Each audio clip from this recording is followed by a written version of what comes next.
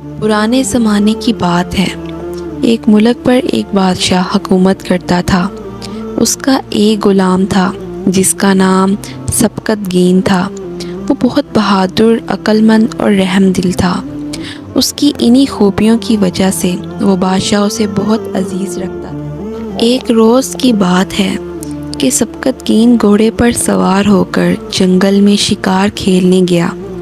وہ بڑا اچھا شکاری تھا، مگر اس روز ایسا اتفاق ہوا کہ شام تک جنگل میں مارا پھرنے کے بعد بھی کوئی شکار اس کے ہاتھ نہ آیا۔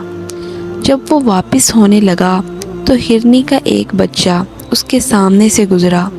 اس نے جھٹ گھوڑے سے اتر کر اسے پکڑ لیا، پھر اس کو گھوڑے کی کاٹھی کے ساتھ باندھ کر اپنے آگے رکھ لیا اور واپس شہر کی طرف چل پڑا۔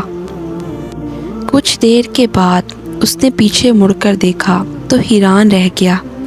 ہرنی اس کے پیچھے پیچھے آ رہی تھی اور یوں لگتا تھا جیسے اس کی آنکھوں سے آنسو بہہ رہے ہیں۔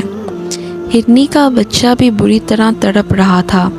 سبکتگین کو یہ دیکھ کر ہرنی اور اس کے بچے پر بڑا ترس آیا۔ وہ فوراً گھوڑے سے اترا اور ہرنی کے بچے کو چھوڑ دیا۔ جب بچہ آزاد ہوتے ہی اپنی ماں کے پاس چلا گیا، ہرنی نے بچے کو دودھ پلایا اور پھر اسے ساتھ لے کر جنگل کی طرف چلی گئی۔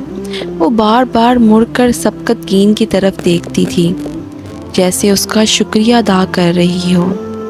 اس رات سبکتگین نے خواب میں دیکھا کہ نورانی صورت بزرگ اس سے کہہ رہے ہیں، اے سبکتگین، تم نے ایک بے زبان جانور پر رحم کھایا۔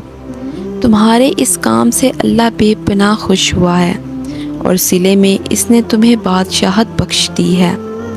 اس خواب کے کچھ عرصے کے بعد بادشاہ نے اپنی بیٹی کی شادی سبکتگین سے کر دی۔ بادشاہ کے یہاں سوائے بیٹی کے اور کوئی اولاد نہ تھی، اس لیے اس کے مرنے کے بعد سبکتگین اس ملک کا بادشاہ بن گیا۔ اس طرح ہرنی پر رحم کرنے کی وجہ سے ایک مولی غلام کو ملک کی بادشاہت مل گئی۔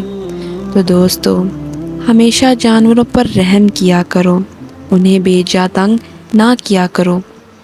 ہمارے آقا علیہ السلام نے امت کو کتنی اچھی تعلیم دی ہے۔ ان بے زبان جانوروں کے بارے میں تم اللہ سے ڈرو اور ان کے ساتھ رحم اور مروت کا معاملہ کرو۔ مزید ویڈیوز کے لیے ہمارے چینل کو سبسکرائب کریں، لائک کریں اور شیئر ضرور کریے گا۔